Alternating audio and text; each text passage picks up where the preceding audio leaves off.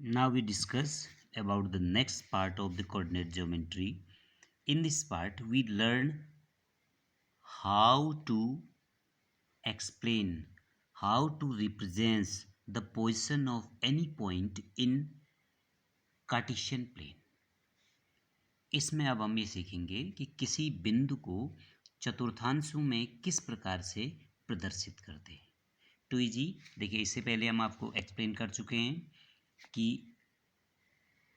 ये दो perpendicular lines लंबवत रेखाएं अक्ष कहलाती हैं. X O X dash, Y O Y dash. इसमें से ओ को ओरिजिन मूल बिंदु कहते हैं.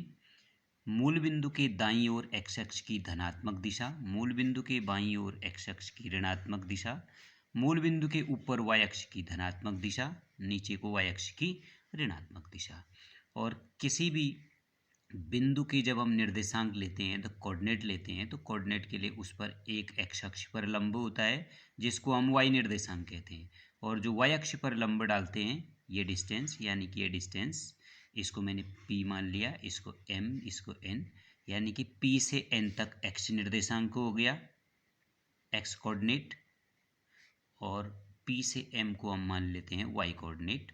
तो इन दोनों को जब हम ऑर्डर्ड पेयर क्रमित युग्म के रूप में लिखते हैं, तो x, y ये उस बिंदु के निर्देशांक कहलाता है, बिंदु p के निर्देशांक. It means the coordinate of the point p is x, y, where x first x coordinate, जिसको हम भुज भी कहते हैं, एब्सिसा. y इज ऑर्डिनेट, यानी कि कोटि कहा जाता है. ठीक है, तो ये हो गया आपका निर्देशांक. तो इस प्रकार आप देख सकते हैं कि पहला निर्देशांक सदैव x ही लिया जाएगा. ये अलग बातें हैं. देखो, हम प्रदर्शित करने के लिए x एक्सिस, y एक्सिस टेढ़े मेढ़े परपेंडिकुलर होने से इसको भी x माना जा सकता है.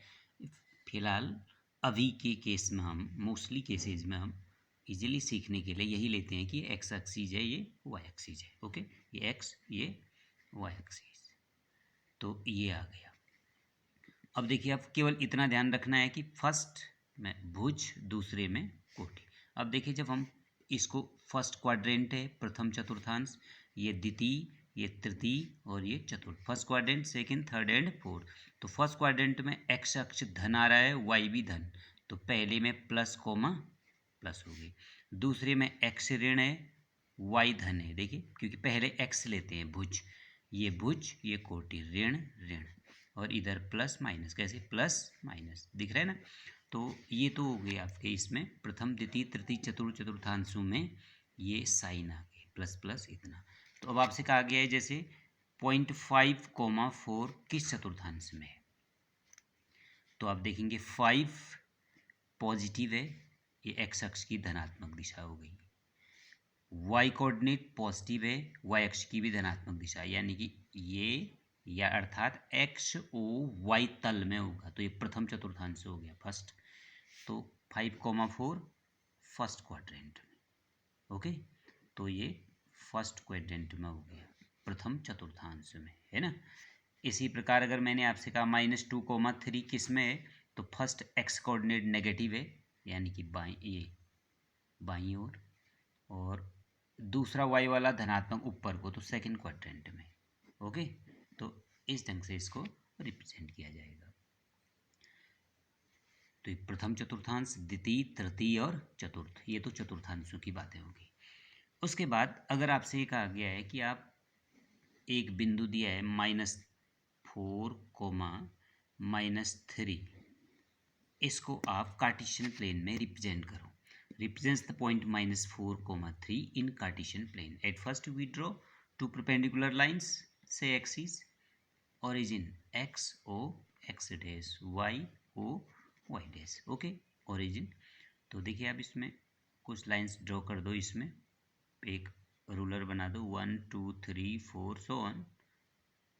इधर को एक्स एक्स की -1, -2, -3, -4, या प्लस ही लिख दो, नेगेटिव डायरेक्शन हो गई.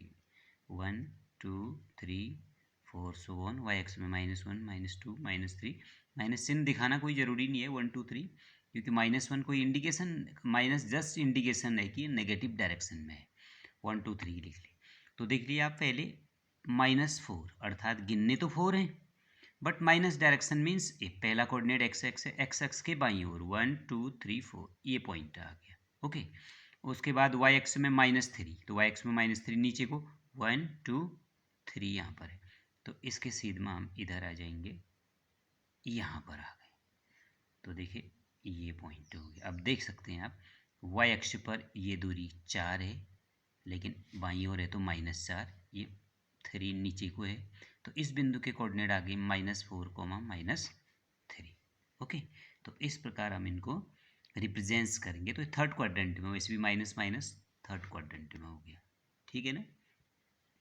इसी प्रकार अगर हमसे एक आ गया है कि आप 3,0 को रिप्रेजेंट कीजिए, तो पहला एक्स कोऑर्डिनेट कितना है 3, वाई कोऑर्डिनेट 0, तो x3 1 2 3, वाई ऊपर को नीचे को कहीं भी नहीं है, 0 है, तो यहीं पर आ गया ये। तो इस पॉइंट के कोऑर्डिनेट हो गए 3,0, अर्थात ये x अक्ष पर है।